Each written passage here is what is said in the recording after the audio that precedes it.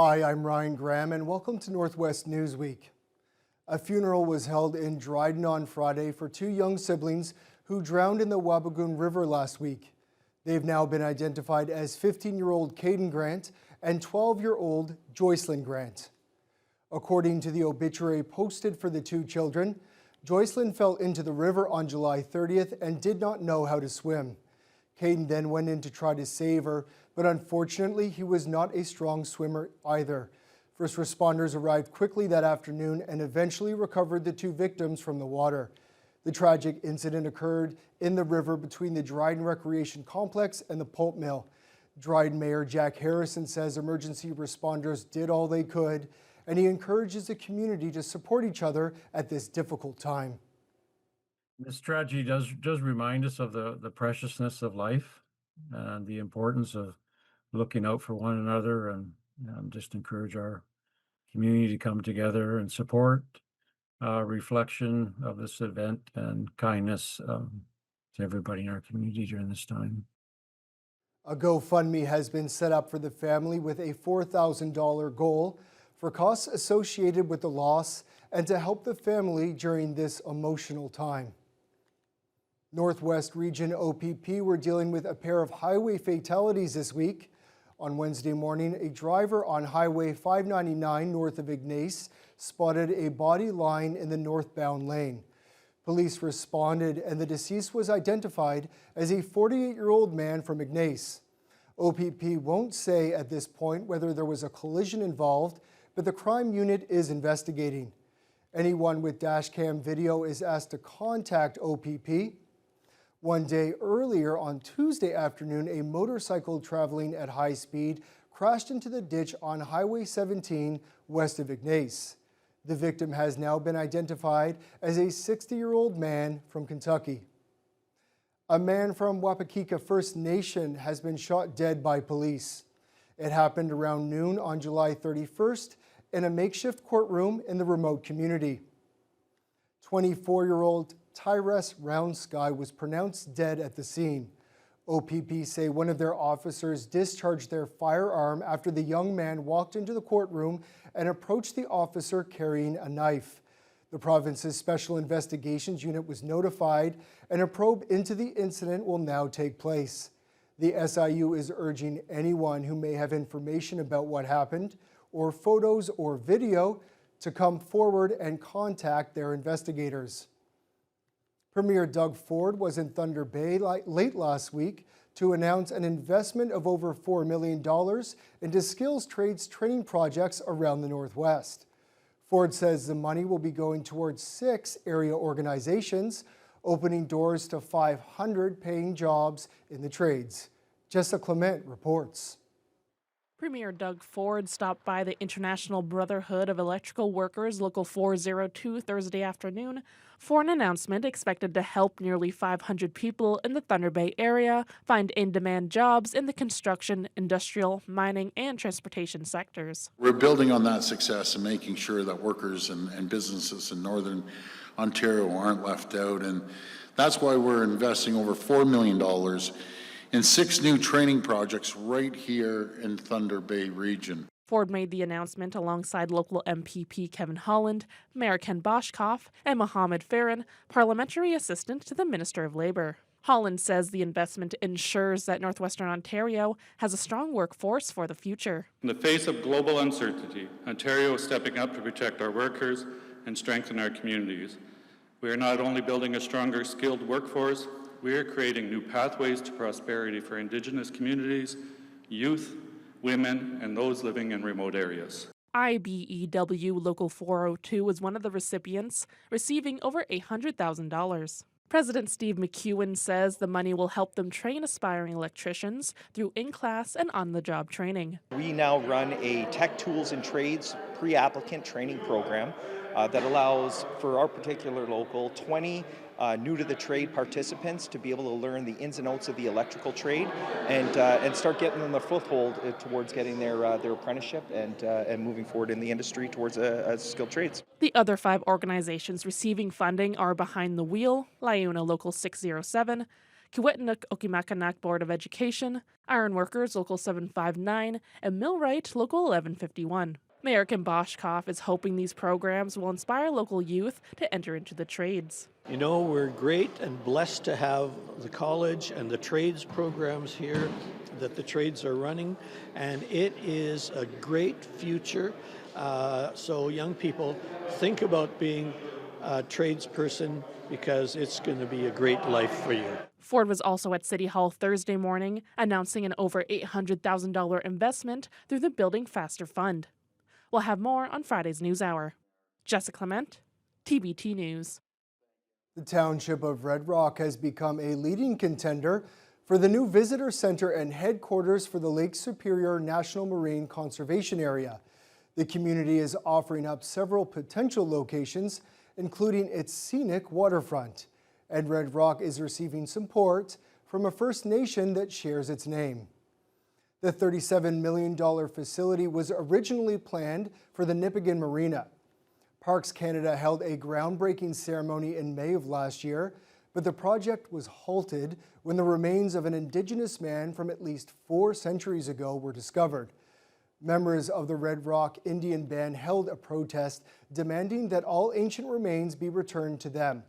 Parks Canada then announced they would find another site. Red Rock Mayor Darkees Robinson says they have a great location at their marina. Red Rock Indian Band Chief Alan Odawa has sent a letter supporting the town as long as proper studies are done. Meanwhile, Nipigon Mayor Suzanne Kuko says their town has also offered several new locations. There is no word on when Parks Canada will select a new site for the facility. The recent hike in U.S. anti-dumping duties on Canadian softwood lumber is raising serious concerns in the Northwest, where forestry plays a vital economic role. Associate Forestry Minister Kevin Holland says he's focused squarely on supporting the sector, and he calls the latest Trump administration decision disappointing but not unexpected. Justin Hardy reports. This is center of my desk right now. Associate Forestry Minister Kevin Holland says he can't currently say exactly what programs his ministry is developing to support Ontario's forestry sector in the wake of rising U.S. softwood lumber duties, but it's his top priority at this time. This has been since really I've landed in the file almost a year ago now that this has been the focus of our ministry to really address this. We understand the importance of it. There are 2 types of U.S. duties. The anti-dumping duties have risen from 7.6% to 20.5%, and the countervailing duties are scheduled to more than double on August 8th, meaning total lumber duties will have jumped from 14.4% to nearly 35%. Holland says this won't just hurt the forestry sector, but also drive up housing costs in both countries. Let's be real that we're dealing with a president that is extremely unpredictable. The World Trade Organization has ruled several times over the years that these duties are illegal. Ontario Premier Doug Ford has also been working with his fellow premiers to reduce interprovincial trade barriers to help make Canada less reliant on the U.S. moving forward. Since the federal election, there's been a good working relationship with Prime Minister Carney and the premiers, and I think that's vital right now for Canada at this time. So I really commend Premier Ford for the actions he's taken to really unite Canada at a time where we needed to come together. Justin Hardy, TBT News. And we'll have more on the softwood lumber situation coming up after the break, as area politicians welcome a $1 billion federal pledge to help Canada's sawmills. The second thing it will do is it will provide, as you know, money for competitiveness.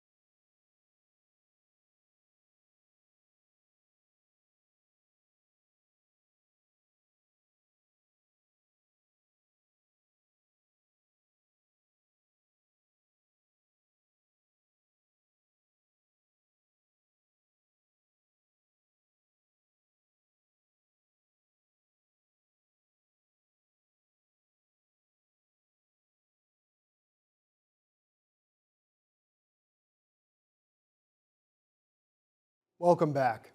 Prime Minister Mark Carney has announced $1.25 billion this week in measures to help the Canadian softwood industry. Local representatives at all levels of government say they're glad to see the move from the feds. Justin Hardy reports. The majority of those funds comes in the form of $700 million in loan guarantees to address the immediate pressures being faced by the industry. Thunder Bay Superior North MP and Jobs Minister Patty Hajdu says that money will help companies manage liquidity issues. Oftentimes they have been, borrowing or using other forms of financing to manage the extraordinary cost of tariffs, and this will give them some of that breathing room while they reorient themselves to this ever-changing market.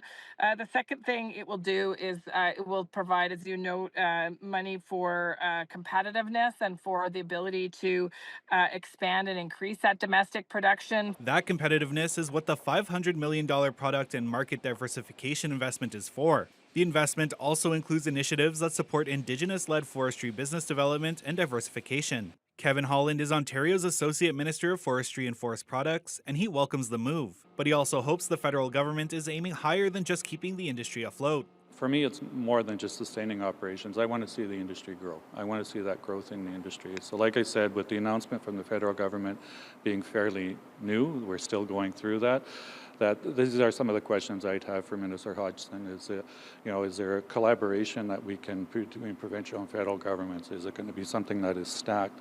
But those will be details that we can work out in the days and weeks coming. But as I said, it's encouraging that we're seeing the federal government come to the table with supports for this sector. Canada and Ontario have both been working to combat this and other economic threats from the south, with Prime Minister Mark Carney meeting often with provincial premiers to discuss next steps. The two-pronged approach is important to protect one of Canada's most vital industries, according to NOMA President and Marathon Mayor Rick Dumas. From my dialogue with both Premier Ford and I haven't had the opportunity to meet with Prime Minister Carney, we're working through my MP, listening to the issues on the ground and bringing that back to the table at their meetings is key. And we're all here to work for the same thing. We all want to represent the people. As a small town politician, as an MPP or as an MP, we're there to represent the people and bring the message to Queen's Park or to Ottawa, and to make sure that we have a sustained, global economy and we can support the jobs in Ontario. Unifor, Canada's forestry union, is also very pleased with the news from the federal government. Justin Hardy, TBT News. The president of the Canadian Union of Postal Workers in this region is happy to see that their members here and across the country have rejected Canada Post's latest contract offer. Voting wrapped up last Friday, and nearly 70% of both bargaining units voted no. Jessica Clement has the details. Canada Post workers rejected the employer's latest offer after being forced to vote around 2 weeks ago. The results saw 69.4% of rural mail carriers and 68.5% of urban mail carriers voting against the offer. CUPW Local 620 President Leo Favreau says he's very satisfied with how the vote turned out. Canada Post did exert a lot of pressure on everybody to vote yes. And I am really impressed with the numbers that we got and the people that are just sick and tired of all this. I do realize some people did vote yes, and I'm hoping that we can, make them happy as well. But we do want to put an end to this. So, yeah, it's a no. Let's get back to the table. Canada Post's final offer included a total 13% raise over 4 years. The union is seeking 19%. The local branch represents around 260 postal workers across northwestern Ontario. Favreau notes they won't go into arbitration at this point, adding that they went back to the table before the end of the vote. He hopes the union and corporation can bargain in good faith. They've had us run through the coals, and we've done everything that they've asked. We just want to sit down and have a fair negotiation. Canada Post released a statement after the vote results were released late on Friday, stating this means negotiations between the parties remain unresolved. While we are disappointed in the results, we want to thank employees for participating in the process. This result means the uncertainty that has been significantly impacting our business will continue. We are evaluating our next steps. Favreau says he's questioning management's motivations. I think the agenda is still privatization. And to me, you privatize Canada Post, what's next? So I'm hoping they can settle. I'm hoping they can figure something out. I would really like the government to start looking at management now after doing everything they've done to the union. How somebody can be in power and lose $750,000 a year for 7 years, you really got to question that. Favreau says the union will continue its work to rule, which includes refusing overtime. Jessica Clement, TBT News. Patty Haidu responded to the vote by Canada Post workers to reject the corporation's latest contract offer. The federal Minister of Jobs and Families says the union members have spoken. Now it's time for the parties to truly negotiate in good faith to get an agreement that will serve their members and will allow the continued and the resumption of full services. Canadians are relying on Canada Post and the union to get this right, and so the work lies ahead for the parties. Back in June, Haidu used her legislative powers to force workers to vote on the company's final offer, stating that it was in the public interest after 18 months of negotiations. She had also previously requested arbitration between the two sides, but both parties couldn't agree on terms to meet. Haidu says while the government can provide tools, the next steps involve the union and corporation finding a path forward together. We have a federal mediation service, and the federal mediation service will be there with the parties and work with both the parties as the parties accept that support. Look at the parties are in the driver's seat. This is really a Canada Post and Cup W issue to solve. We are there with tools, but they must figure out the next steps together. Friends and neighbors in the Dorian-Herkett area are helping a local couple get back on their feet following a devastating house fire. It happened last Thursday night in Herkett. Volunteer fire crews arrived at the scene, but the home was fully engulfed and could not be saved. The couple and their pet dog managed to escape unharmed, but they lost everything. Fire Chief Ben Atkinson says they have not been able to determine the cause. A GoFundMe has now been set up to help the couple, who are described as a huge part of the Dorian-Herkett area communities. So far, more than $15,000 has been pledged towards the fundraiser's $30,000 goal. Now that the Nuclear Waste Management Organization has chosen the Revel Lake site near Ignace for its planned underground repository, the organization must now complete a long regulatory process. It all begins with an impact assessment that will examine how the project may affect the environment, health, Indigenous practices, and local communities. The NWMO must first submit an initial project description outlining the project's location, potential impacts, and community concerns. Public and Indigenous input is being gathered now to help shape that submission. The consultation is open to all Canadians, the written feedback in the webinars and the public events, and all feedback is collected and tracked and dispositioned in some way. We are at this time looking for information from community of members about their concerns and kind of how the land is used, because that will be really important in the impact assessment. Once the project description has been submitted, the Impact Assessment Agency starts its own consultations, effectively triggering the official start of the assessment process, which can last up to 3 years. After the break, the Terrace Bay Drag Fest draws big crowds for its 26th edition. Stay with us. Today, the amount of racers we have, very little parking spots left for the racers.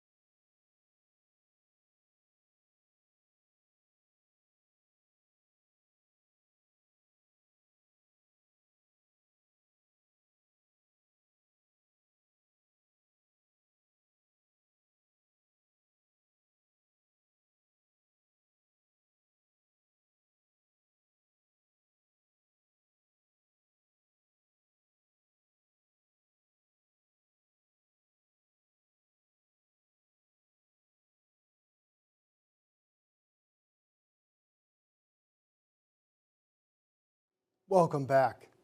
Engines roared and spirits soared in Terrace Bay this weekend as the annual Dragfest drew racers and fans from across the country. From high-speed thrills to romantic surprises, the event had no shortage of memorable moments. Justin Hardy has the story.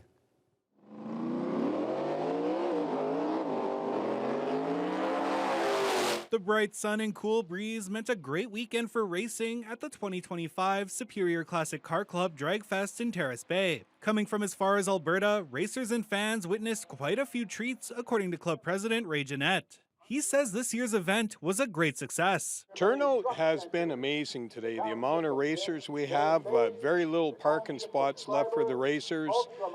The stands are nice and full. Everyone seems having a good time. I was up speaking with the vendors. They're having a good time, so all's good. And if watching race cars and motorcycles routinely top 160 kilometers an hour wasn't enough excitement, Rob Horner and his Sonic Assassin Jet dragster blew the rest of the cars out of the water. His Saturday afternoon run saw him top out at 375 kilometers per hour. A real treat is the first time having a jet-powered dragster, and as you just seen, it's quite a remarkable machine. And even racers need to slow down once in a while and appreciate each other. These two racers met at Dragfest 10 years ago and surprised spectators with another first. So we watched, and they got out, and he told her it was going to be a picture with them with the vehicle. So she got out for the picture, and then they took the picture, and then he got down on his knees and proposed. So another first for the track. There have been countless rumors going around that this year's Dragfest will be the last to ever be held, but Jeanette says that Superior Classic Car Club is not giving up without a fight. It is definitely not the last year. We're going to quash those rumors right now. We are going till we're told that we can't run again. I would be more concerned of running out of volunteers, because in this day and age, volunteers are a lot harder to find. And I think for the time, we're good for another 3 to 5 years for sure, possibly even more. So we're going to keep welcoming people, and we're going to keep giving money away at the end of the year to help charities. That's our goal, and we're sticking to it. Justin Hardy, TBT News. Fort Francis-based lawyer Douglas Judson has been recognized for his work advancing equality and inclusion. The Canadian Association of LGBTQ2S+ lawyers recently presented Judson with their annual award for local leadership and rights advocacy. Judson's work includes successful defamation claims to protect drag and gender-diverse communities and advocating for municipalities to provide services free from discrimination based on sexual orientation, gender identity, and gender expression. He has promoted pride, diversity, inclusion, and reconciliation through volunteer work, and during his time on Fort Francis Council, was one of the region's only openly gay elected officials. The award was presented at the Prism Legal Conference in Ottawa. Judson says he feels honored to be recognized. I was, of course, really touched to receive that recognition, because this is a group of people that I incredibly respect and appreciate all the advocacy they're doing in their own practices. But I think also it was really special for me to learn later that the nomination enjoyed the support of clients that I have here in the region who are queer or involved in pride organizing, and also other members of the bar. So that was very special. Another honoree was Liliana Stanek, recognized for her role in a Northwestern Ontario case confirming that baseless attacks on the drag community are not protected as public interest speech. A woman from St. Thomas, Ontario, is the latest winner of the Dryden 50/50 draw for July. Organizers of the monthly fundraiser for the Dryden Regional Health Services Foundation recently drew the grand prize ticket. Dunya Elliott got the exciting phone call from Foundation co-chair Brad Coles. Do you remember buying tickets for our 50/50 draw? Yes. Okay, well, I'm calling to let you know that you are our grand prize winner for our draw today. We just drew it. And you're the grand prize winner of $109,312.50. So congratulations. No way. Yes, yeah. Oh my God. Holy shit. Sorry. Yeah. Oh, Yes, that will help my mortgage. Well, there, you already got a purpose for it then, right? Oh my God, thank you. You're welcome. Oh my gosh, I'm in shock. That's all the time we have for Northwest Newsweek. Thank you for joining us. We'll see you next time.